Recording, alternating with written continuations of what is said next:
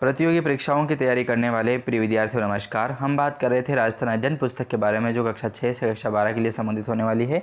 तो हम बात कर रहे थे राजस्थानी भाषा और साहित्य वाले अध्याय के बारे में। ठीक है, 360 पेज की पूरी पीडीएफ डाउनलोड करना चाहते हैं तो लिंक जो मैंने है वो डिस्क्रिप्शन में दे रखा है, जल्दी से जाइएगा और डाउनलोड कर पाएंगे बहुत ही आसान तरीके से। तो चलिए 50 महत्वपूर्ण प्रश्नों के बारे में 40 महत्वपूर्ण प्रश्नों के बारे में बात की। आगे के प्रश्नों को जानते हैं और इंपॉर्टेंट कौन कौन से क्वेश्चन हैं उनको आप जरूर स्टार लगाइएगा, मैं आपको बताने का प्रयास करूंगा। 41वां प्रश्न आता है अपना कि सगत रासो जो है वो किसकी रचना मानी जाती है? तो गिरधर आसिया की रचना मानी जाती है सगत रासो। और खुमान रासो की यदि हम बात करें तो खुमान रासो जो है वो दौलत विजय की रचना है, जो काफ़ी इंपॉर्टेंट है।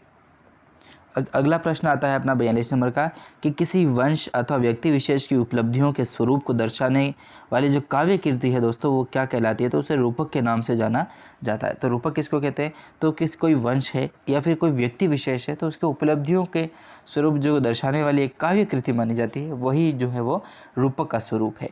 अगला प्रश्न देखें, स्वरूप नहीं है, रूपक ही है। ठीक है, 43वां प्रश्न आता है किसी विषय विशेष का विस्तार से वर्णन जो है वो कहाँ से प्राप्त होता है? तो विगत से प्राप्त होता है। ठीक है, अपन बहुत सारी पुस्तकें पढ़ते हैं, जैसे जस्ट नाम आया अपने पास मारवाड़ रे परगनारी विगत मूढ़ोत्नयन से की एक बहुत ही महत्वपूर्ण एक विषय विशेष को जानने का एक विस्तारित जो वर्णन मिलता है अपने को राजस्थान का इतिहास का, वो इसके अंतर्गत देखने को मिलता है। तो काफ़ी इंपॉर्टेंट भी है और मान के चलिए कि यहाँ से प्रश्न जो है वो आपको पूछा जा सकता है। आपका कोई सा भी एग्जाम हो, चाहे आपका चतुर्थ श्रेणी से लगा करके आरएस की भी तैयारी करेंगे तो उसमें भी आपको जो है प्रश्न पूछे जाएंगे। 45वां प्रश्न है अपना कि संत कवियों द्वारा अपने अनुभव किए गए ज्ञान का वर्णन जो है वो किस माध्यम से किया जाता है? तो साखी के माध्यम से जो है वो दोस्तों किया जाता है। संत कवियों द्वारा अपने अनुभव किए गए ज्ञान का वर्णन माध्यम कौन सा है? साखी। 46वां प्रश्न है कि जन साधारण की भावनाओं तक का आम जन तक पहुंचाने के लिए एक साधारण पढ़े लिखे लोगों द्वारा जो लिखा गया साहित्य होता है वह सिलोका के नाम से जाना जाता है, सिलोका कहते हैं उसे। 47वां प्रश्न, किस कवि ने कवियों के माध्यम से विक्रम संवत 1956 के अकाल का जो है वो मार्मिक चित्रण किया था?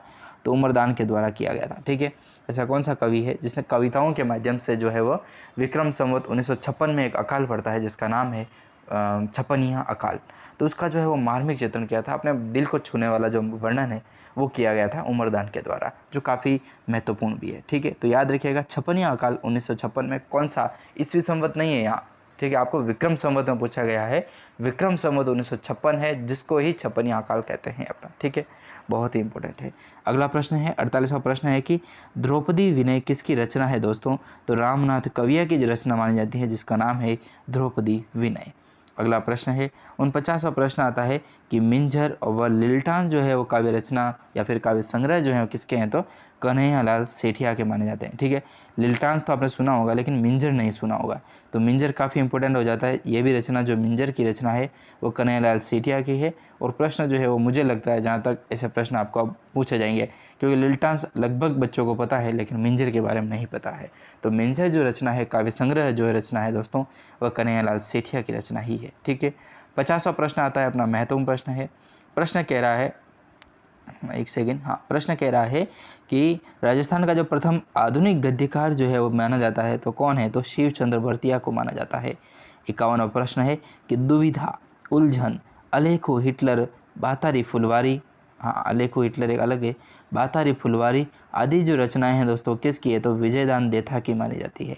दुविधा, उलझन, अलेखो, हिटलर, बातारी फुलवारी किसकी रचना है? तो विजयदान देथा की रचना मानी जाती है।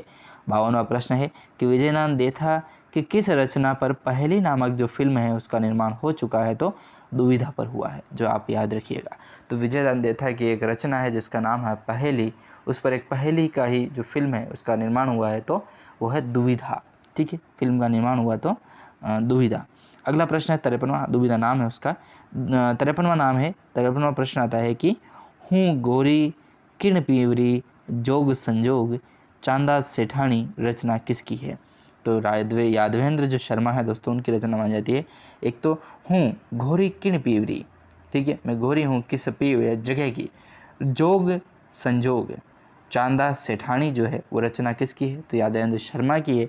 और आप इसको 1 नहीं 10 स्टार भी लगाओगे तो भी कम पड़ेंगे। ठीक है, क्योंकि बहुत ही इंपॉर्टेंट है। अब इस प्रकार के प्रश्न जो आपको पूछे जाएंगे। ठीक है, विजयदान देथा की रचना बहुत कम पूछी जाती है। ठीक है, शिवचंद्र भरतिया बहुत जनों को जो है वो रचना याद है, लेकिन यादवेंद्र शर्मा की हूँ गोरी किण पीवरी, जोग संजोग चांदा सेठानी जो रचनाएं हैं वो याद नहीं हो पाती है।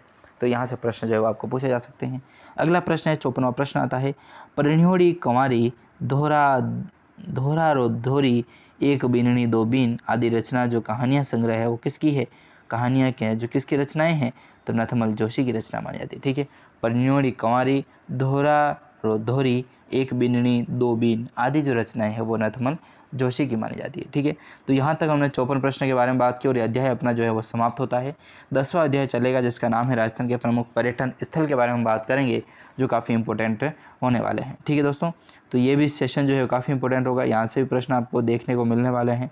तो मान के चलिए कि प्रश्न जो है वो काफ़ी छपने वाले होंगे। ठीक है, तो चलिए अगले वीडियो में मिलेंगे अपन अगले क्वेश्चंस के साथ। तब तक के लिए आपका बहुत बहुत धन्यवाद यदि आपने इस वीडियो को देखा है, और ज़रूर डाउनलोड करें इस PDF को। धन्यवाद दोस्तों। जय हिंद, जय भारत, वंदे मातरम, जय श्री राम, जय सांवरिया से।